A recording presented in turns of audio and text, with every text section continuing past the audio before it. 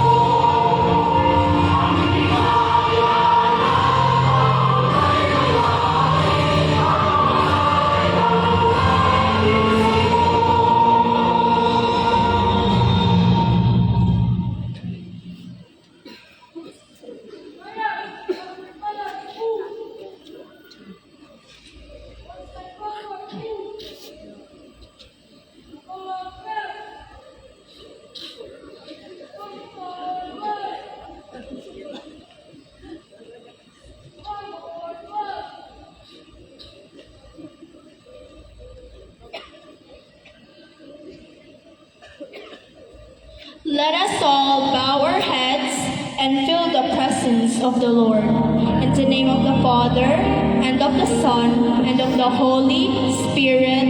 Amen. Heavenly Father, we come before you today with grateful hearts as we celebrate our graduation day. Thank you for guiding us through the 6 years of our elementary education, the knowledge, strength, and determination to reach this important milestone. Give grace and courage to the ones who have worked hard. Bless them with passion and commitment so that they will continue to guide us as we move forward to the next stage of our journey. Lord, hold us in the palm of your hands and protect us from all evil. We lift up to you our dear teachers who patiently shared their wisdom, time, and dedication into shaping our minds and character. We also thank you for our parents and families whose love, sacrifices, and encouragement made this achievement possible. Lord, bless our celebration today and fill our hearts with joy, gratitude, and hope for the future. May your words continue to be the light into our path ahead. All these we thank and pray in Jesus' name. Amen. In the name of the Father, and of the Son, and of the Holy Spirit. Amen.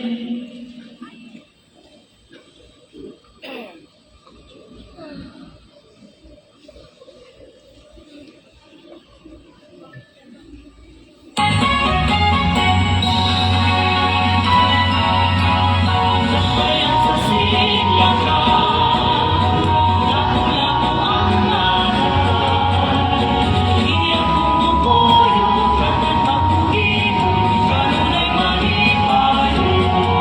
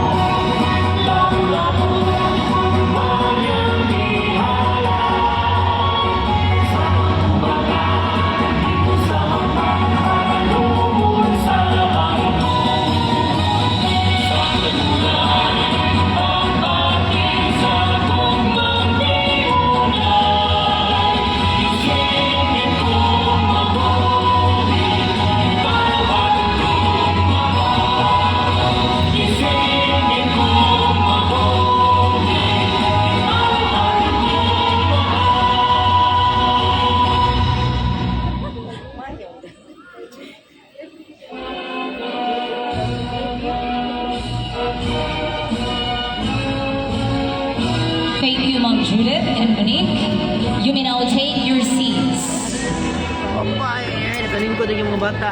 Ay, nakarelax yung taon. The journey to success is driven by hard work, resilience, and a passion for learning.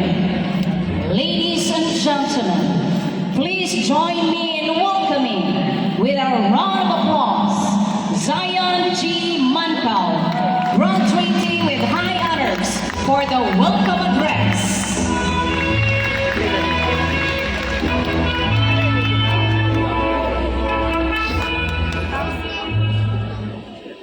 Life isn't perfect, and that's the point.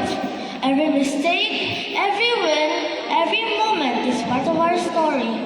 To our esteemed guests, Honorable Junard Ahong Kiranti Chan, Congressman of Lapu-Lapu City, Stone District, our beloved City Mayor, Honorable Maria Cynthia Cindy Kim Chan, Dr. Marlene S. Andales, Schools Division Superintendent, Dr. Ronald Y. Ferrer, Assistant Schools Division Superintendent, Dr. Oliver M. Tuburan, Chief Education Supervisor in Curriculum Implementation Division,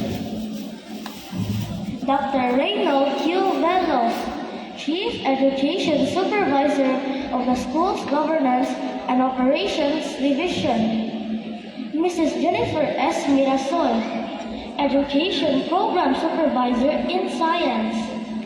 To our Chief of Staff from ASDS Office, Mr. Obin Kiranti Chan. To the Principal of STEC Elementary School, Mrs. Susana C. Amora. Our very own dedicated Principal 3, Mrs. Maricho M. Ligan, and our supportive Assistant Principal, Mrs. Marvina I. Espina, our barangay officials, led by Barangay Captain Milagros B. Amores, SPTA officials, master teachers, all teachers, parents, fellow graduates, ladies and gentlemen, a very pleasant morning to all of you. Today is a special day. It marks the end of one chapter and the beginning of another. Our journey has not always been easy. At our young age, we have faced challenges, learned difficult lessons, and experienced moments of doubt. But Marigoldon Elementary School has taught us resilience, perseverance, and the importance of never giving up. I am beyond grateful to the entire Marigoldon Elementary School community. Allow me to express my deepest gratitude to all the teachers who hold a special place in my heart. We also owe a huge thank you to our parents for their endless love, support, and encouragement. Your sacrifices and faith in us have brought us to this moment. Today, as we stand here, ready to move forward, we carry not just our achievements,